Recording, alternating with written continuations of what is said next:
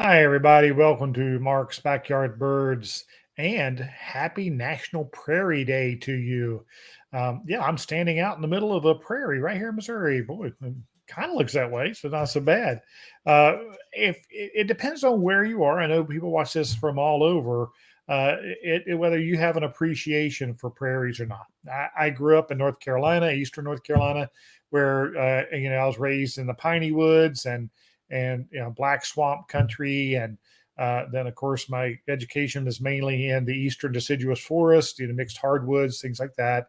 And when I moved to Missouri 31 years ago, I really didn't know very much about prairies, and I certainly didn't have an appreciation for them. But boy, you talk about a habitat that has truly, truly grown on me, and I fell in love with once I got out here and began studying them, especially, when I worked for the Nature Conservancy. I helped with this prairie in our background, which is the Northwest Missouri. It's called Dunn Ranch. If you want to look that up, it's a phenomenal place. And so what I thought I would do just in honor of National Prairie Day is talk about prairies a little bit. And of course, from my standpoint, it's always going to be about the birds of the prairies. And it's an amazing topic. It's an amazing ecosystem. Many of you who live in really wooded areas will look at this picture and go, "No, it's not. There's no trees." Boy, but it's an amazing story. So, and it's also uniquely here, the central part of the Americas, right through the heart of the country. And I, reading when you research prairies, and you learn about them. You know that they used to be a lot more widespread and, of course, pristine. And places like this facility at the Dunn Ranch is one of the larger intact tracts of tall grass prairie that has never been touched by a plow. I'll bring up a map here for you. Um, let's see. Let's go here and here. All right. The historic range of prairies, and you see different shades of color on there because there were different kinds of prairies. And what led to prairies being here in the heart of the country? Well, part of it was less moisture. Trees take a lot more water and rain than do grasses. So out here, starting in really the tip of Northwest Indiana through Illinois, Missouri, Iowa, and right through the heart of the country is where prairies were the most prominent. And it is funny that historically, whenever the first explorations in this part of the world, Lewis and Clark and others, they considered this the Great American Desert, basically kind of west of the Missouri River. All the way out to the front range of the Rocky Mountains, they just considered it useless, wasteland. That's just nothing. You can't farm it. You can't. There's no trees to cut down for money, et cetera, et cetera, et cetera. So they truly didn't appreciate what prairies were all about. Just to give you an idea of how rich a tall grass prairie is. Now, tall grass prairie is the eastern part of this, the lighter green colors and that dark green color down here in the Flint Hills of Kansas is a prairie, a pristine prairie has over 500 species of plants in it. And when we talk about plants, most of them are forbs, beautiful wildflowers. And when you see a prairie in bloom in its full majesty, and I wish I had some better shots, but they are spectacular colors. So the wildflowers, or the forbs as they're called. And then, of course, the grasses. These grasses that grow here are amazing. In the eastern part of the range, that were true tall grass prairies, the deep soil prairies, as we call them, it's written that a man and a horse had to stand up in his stirrups to see over the tops of the grasses. That's how tall those tall grass prairie grasses grew. That's an amazing, amazing sight. There's very few of that left. There were millions upon millions of acres of prairie in this country pre-settlement. Now, less than 4% of prairies are left, and they are mainly just patches here and there. And we go back to that map. You can the reason this is so dark here in the Flint Hills of Kansas is because that's where the greatest percentage of native tallgrass prairies left. A little bit down in Oklahoma, but mainly through the Flint Hills of Kansas. And of course, geology played a lot to do with that. The soils are more shallow there. And so when it came to farming areas and tearing things up with a plow, that area was saved because they just couldn't farm it very well. So up here in the breadbasket of America, which is Iowa and northern Missouri and into Nebraska and South Dakota, they tilled everything and planted corn, and this was like I said, the breadbasket of America. There was very little prairie that was actually saved, and I want to give you an example of what the difference is. This prairie in Dunn Ranch in northwest Missouri, and it's about where my arrow is pointing. I guess I hope you can see that right up near the Iowa state line. It was never touched by a plow. So that family, fortunately, and the story is that the grandfather on his deathbed said, "Never, don't plow the prairie."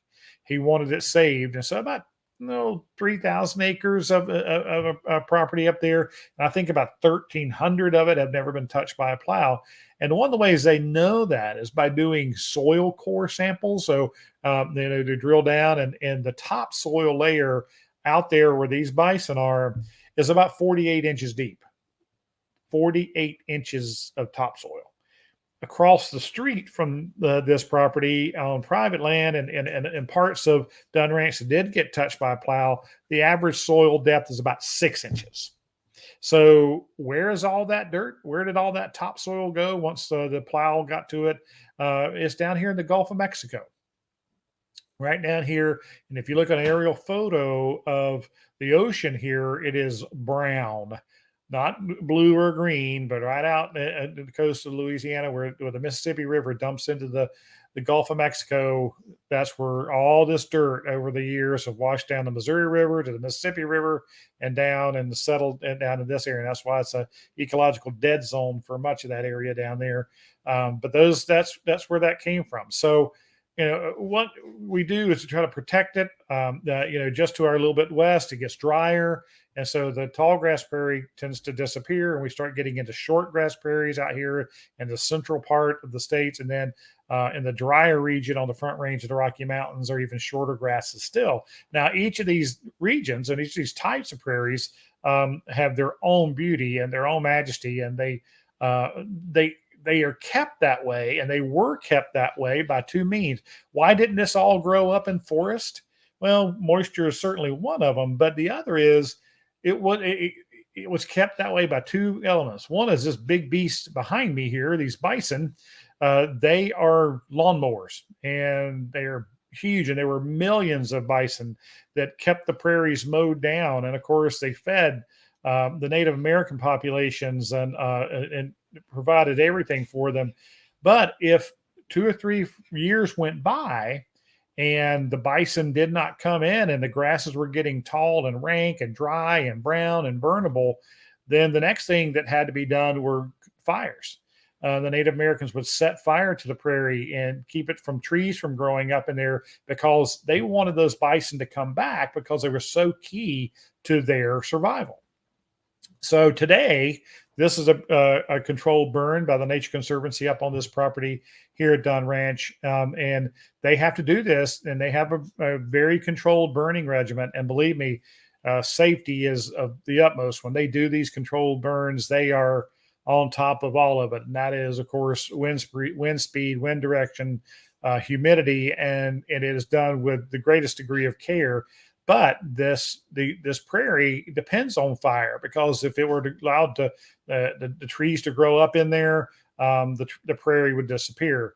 And there are several birds that depend, and also mammals, of course. Where badgers live and things live in these open grassy areas. But the birds that are kind of most famous for these open tall grass prairies were historically the greater prairie chicken. And this is an amazing bird, and it fed countless generations of people who lived in the prairie regions. It's a really important source of food for them. Their numbers have dwindled down to nearly nothing. I know when I worked for the Nature Conservancy, we had an extensive, and I'm sure they still do, management program to try to maintain and keep the prairie chickens using this and surviving. And it's very hard. When you're a ground nesting bird, you have a lot of things going against you, not just predators. You have rainfall, you have severe ice storms, you have lots of things that can go wrong for you as a ground nesting bird. And prairie chickens have certainly taken it on the chin. And their populations, I mean, there's scattered populations of them, pockets of them, Missouri and Kansas and Oklahoma and in some states, but they're just clinging on. It's a shame because they are the wild chicken of North America. They were amazing, and to see them do their booming dance as they do, it is quite a sight to see. Now, the bird that most people know a lot more than they do know prairie chickens, of course, are the meadowlarks.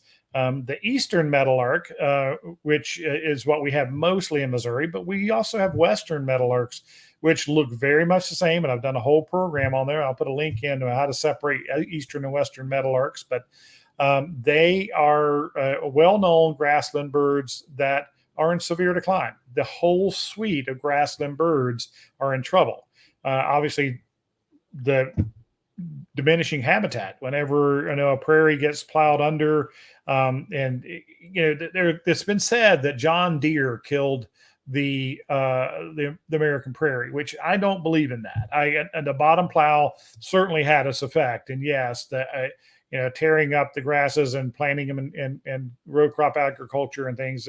It's certainly been a terrible thing for prairies. But I think the person who killed the prairie was the man who invented fescue, because in a lot of these areas that are not good, that are remaining in this part of the country that aren't good for row crop agriculture, they converted, of course, to cattle land and pasture land. And instead of the native grasses that are so good for wild animals and domestic animals, they're a little harder to maintain. So fescue was introduced into the landscape, and that's one of the things we fought here at Dunn Ranch when we bought this property.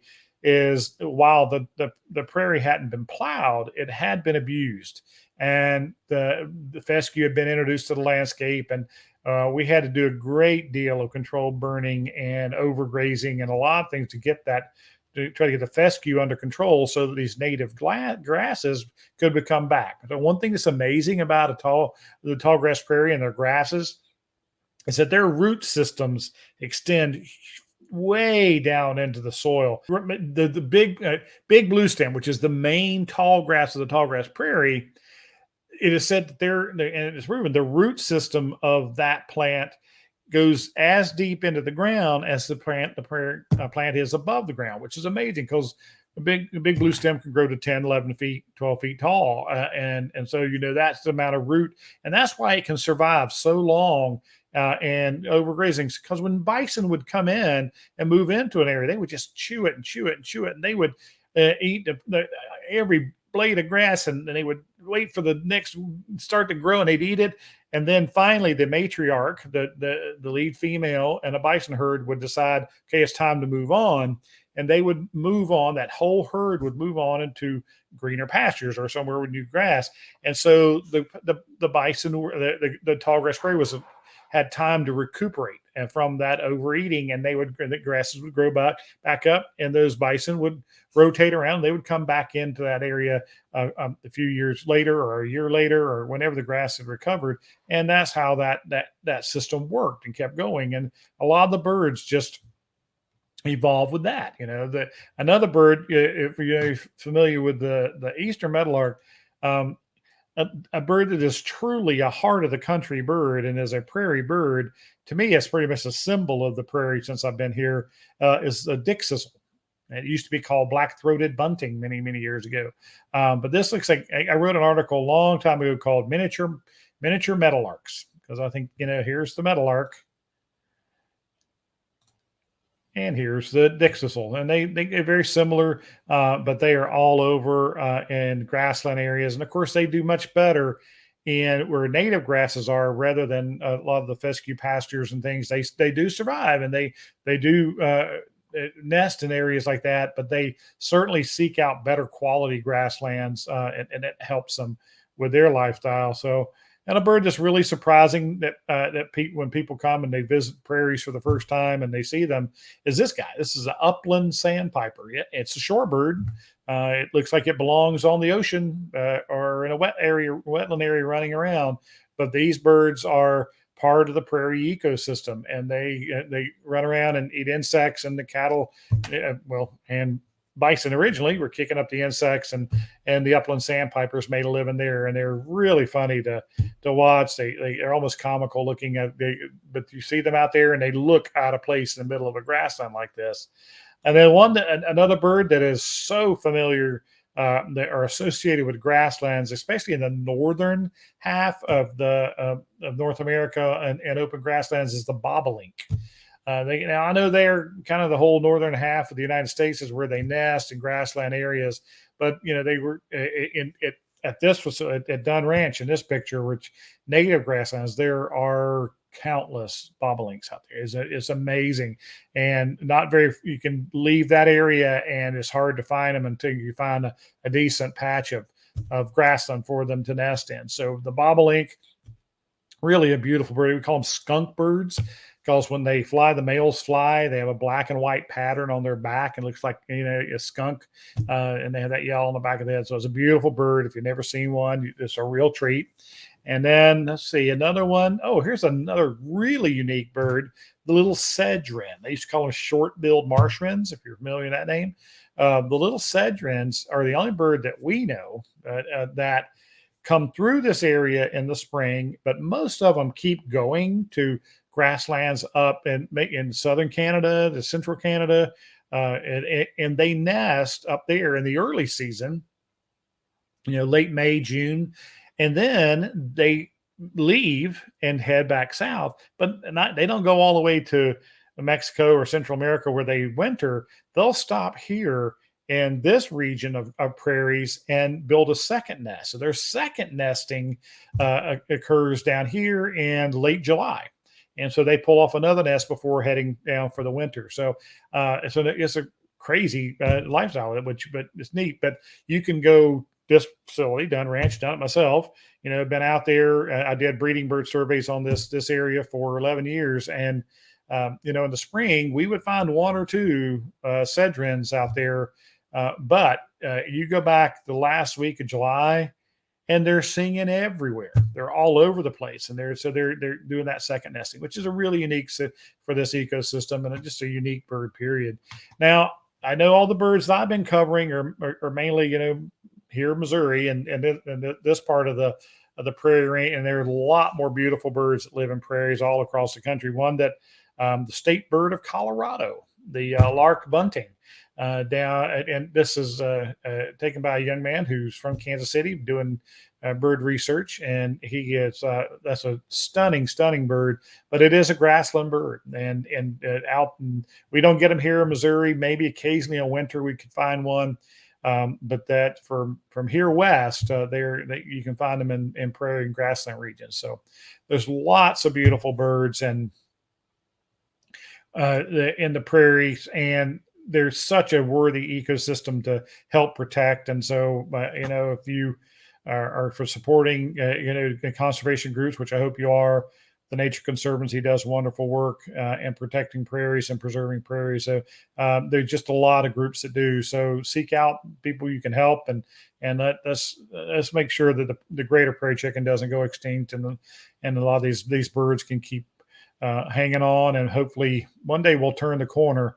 I know that a guy I admire more than just about anybody when it comes to his knowledge of the prairie ecosystem told me once that an undisturbed prairie, like I said at the beginning, has over 500 species of plants that occur in it, and that's mainly wildflowers and grasses too.